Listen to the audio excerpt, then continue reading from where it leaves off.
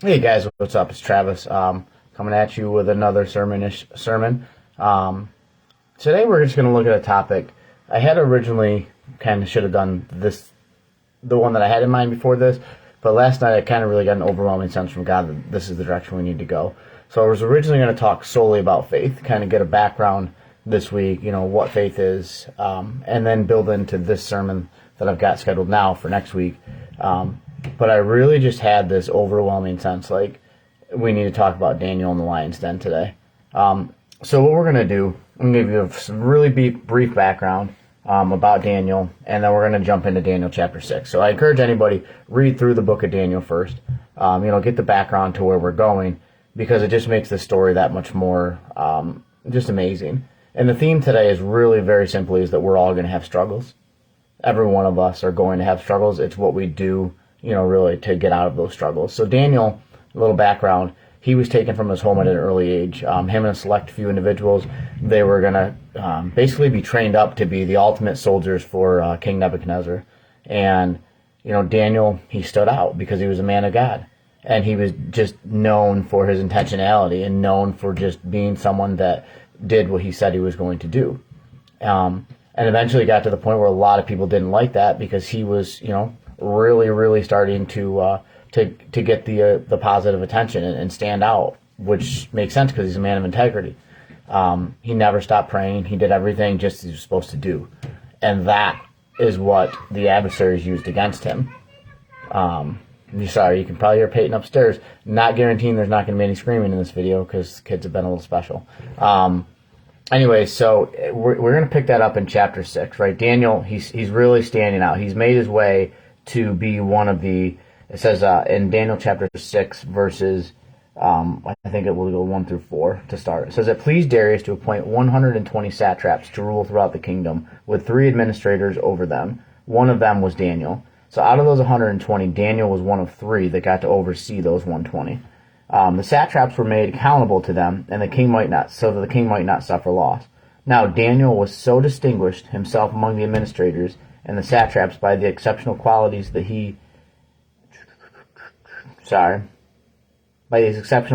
the king planned to set him over the entire kingdom." So here we are, right? We're at this point where you've got Daniel now setting himself apart. Incredible things are about to happen, right? Incredible things are about to happen. And then you've got people, you'll start to notice in here, you have people that start to nitpick at you, right? So then you go from here, and it says, "At this, the administrators and the satraps tried to find grounds to charge against Daniel in his conduct of government affairs, but they were unable to do so. They could find no corruption in him because he was trustworthy and neither corrupt nor negligent.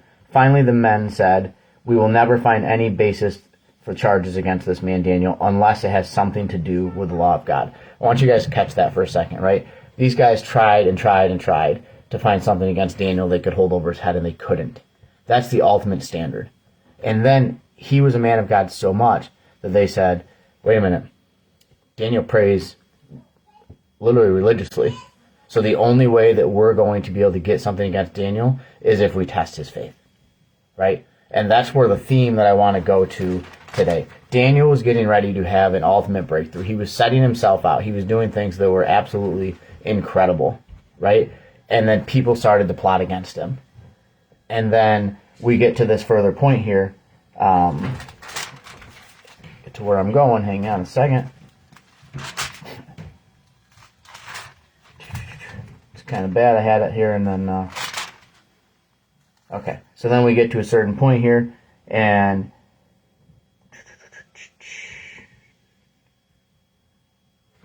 hang on, I apologize. Alright, so anyway, so we continue on in Daniel chapter 6, and it says, "Now when Daniel learned that the decree had been published," essentially they got King Nebuchadnezzar to have a decree that said you will not pray to any god. And it says, "When he learned that this decree had been published, he went home to his upstairs room where the windows opened towards Jerusalem. 3 times a day he got down on his knees and prayed, giving thanks to God just as he had done before." And then it says, Then these men went as a group and found Daniel praying and asking God for help. So they went to the king and spoke to him about the royal decree.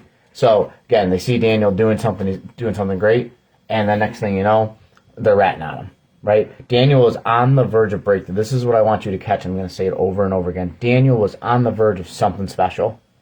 And then that's when Satan pounced. Satan in the form of these guys pounced, right? And this is where I want to get to. They essentially said, hey, king, didn't you say this? Oh, yeah, we got to make sure that we're doing this, right? So they set, Nebuchadnezzar essentially said, I got to be proven as a good king. And so he went and said, yeah, we got to put him in the lion's den, right? And then, so from that lion's den, so the king, this is verse 16. So the king gave the order, and they brought Daniel and threw him into the lion's den. The king said to Daniel, may your God who you serve continually rescue you.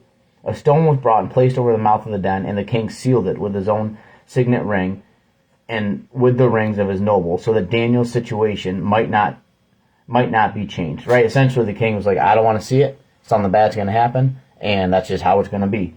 And then in verse 18, the king returned to his palace and spent the night without eating and without any entertainment being brought to him, and he could not sleep. At the first light of dawn, the king got up and hurried to the lion's den. When he came near the den, he called Daniel in an anguished voice.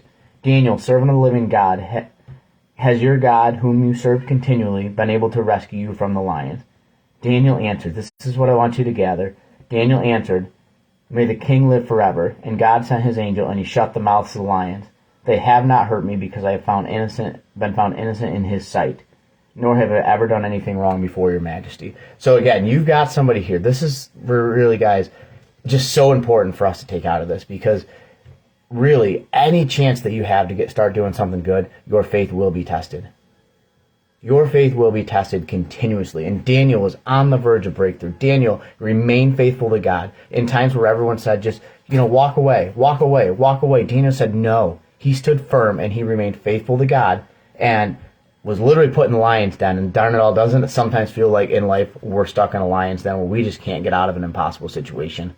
You get so frustrated because you know that you're being loyal to God. You know that you're doing the things that you're supposed to be doing, but it just seems like you just can't get out of that rut, right? And here's this king essentially saying, like, please, Lord, please, Lord. He didn't even believe at this point, and he's saying, I hope that there's a God out there that's going to help get Daniel through this, right? And guess what? Daniel's faith was tested, and Daniel trusted. Daniel's faith was tested. He could have just not prayed anymore. He could have been like, all right, this is it. I lived a good life. But he continued to pray and ask God for protection, and he did not falter. He did not give up. And then that's where we go in verse 23. It says, the king was overjoyed and gave orders to lift Daniel out of the den. And when Daniel was lifted from the den, no wound was found on him, because he had trusted in his God. At the king's command, the men who had falsely accused Daniel were brought in and thrown in the lion's den, along with their wives and children. And before they reached the floor of the den, the lions overpowered them and crushed their bones. Then King David wrote to all the nations and the people in every language on the earth. King Darius, I'm sorry. I literally had a cat fight going on upstairs, so I apologize. I want you to gather this, though. May you prosper greatly. I issue the decree that in every part of my kingdom, people must fear and reverence the God of Daniel. For he is the living God, and he endures forever. His kingdom will not be destroyed. His dominion will never end. He rescues and he saves. He performs signs and wonders in the heavens and the earth. He has rescued Daniel from the power of the lions. So Daniel prospered during the reign of Darius and the reign of Cyrus over the Persians. Right? So Daniel prospered. He went through a lot. Right? That wasn't a kid, Brandon. That was a cat. And that led to Peyton going there. So what I want you to gather here, right, is that sometimes we've got to go through these trials in life. Sometimes we have to go through them, but it's when you go through the trials that people are watching you the most. And man, oh man, isn't that tough, right? It's when you're going through the trials that people are wanting to see if your faith is as strong as you claim that it is, right? So what happened? Daniel's in the lion's den. We've all got our own lion's den. These things, these impossible situations, it just seems like we cannot get out of. And we wonder, we ask ourselves, why, God? Why are we doing this? I'm doing everything that you're asking me to do. What in the world is going on? Why does this, why? Why am I struggling? And the answer, I really believe, is simply, it comes down to something I've heard multiple times: is that a faith that's been tested is a faith that can be trusted, right? A faith that has been tested is a faith that can be trusted. And guess what? When you're doing God's work, your faith will be tested so much, because the devil sees that and he says, "Do you really mean what you preach? Do you really actually care about helping people, or is it just for likes? Oh, the camera's not working, so what are you going to do about it? You didn't get anybody to show up to your cookout, so are you actually going to continue on with it? You had this plan? Change it. You wanted to go here? Too bad." It kind of goes along with what we've talked about the weeks prior, right? Is that, the closer that you get to doing God's will, the more Satan's going to come in. There was a quote from Mark Driscoll, and it was a picture of a Bible, and it said, really, the more that you're into this word, the more Satan isn't going to like it. He's going to create these distractions. Satan's going to do things that make it seem like you're in the lion's den constantly. And what I'm here to tell you is that, going back to the end of that chapter, guess what happened? People ended up worshiping God, and Daniel was prosperous. So I know every single one of us has situations that just seem so impossible. They just seem like, why? Just, for the sake of not sounding like a whiny little punk. Like, so many times just this week alone, I have just cried out and just asked why God, and just pictured me saying that in the whiniest voice possible. And you know what the reality is? It's because we're doing these videos again. It's because I'm writing more devotionals more consistently. It's because my life, my family's life, we're on a trajectory of just positive growth. And in that time frame, Satan's trying to put us in the lion's den. And that's why it goes back to making sure that we have the armor of God on, that we're praying consistently, that we're in this word regularly, because there's going to absolutely be times that you feel like giving up, that everything seems absolutely hopeless. And I'm here to tell you that it's not. Right? So a faith that has been tested is a faith that can be trusted. When you are, going through something right now, don't give in. Don't give in. You need to fight on, and you need to continue to trust God, because He will 100% help you get through that situation. And I understand this is a theme that I come back to, but it's important because we live in a world that wants to just constantly produce the negative, that wants to constantly say, "Where's your God? Where's your God? Where's your God?" You call yourself a Christian, and guess what? This is happening to you. So how are you going to get through it? Faith. Faith. Faith that the same God who can literally close the mouth of a lion and save Daniel and rescue him can get you through whatever it is that you're going through. But the reality is that we cannot run. We have to tackle it head on, and we have to just know that, there's some things that we're going to go through that we've got to grow through, right? We need to grow through what we're going through, period. And that can be hard for a lot of people. It can feel like, you can't get out of that lion's pit because it's sealed up, but don't quit. Keep going on and keep worshiping God through every ounce of it. And you'll get through that lion's den. You'll come out more prosperous than ever, and man, oh man, your testimony is going to be phenomenal. So that's what I got for you guys. Stay in the Word. When the world distracts you and wants you to not be in the Word of God, be in it even harder. When things are going on and it tempts you not to pray, pray. There's a kind of a graphic image, but it made me laugh when I read it this morning. And it said we need to be reading the Word of God more than just when we're on the toilet, right? So what I'm saying is exactly that. If we want our faith to be strong enough to withstand the trials that Satan is going to throw at us, then we need to make sure that, we're prioritizing being in God's Word, that we're prioritizing prayer, and that we never, ever, ever, ever stop. Don't ever stop.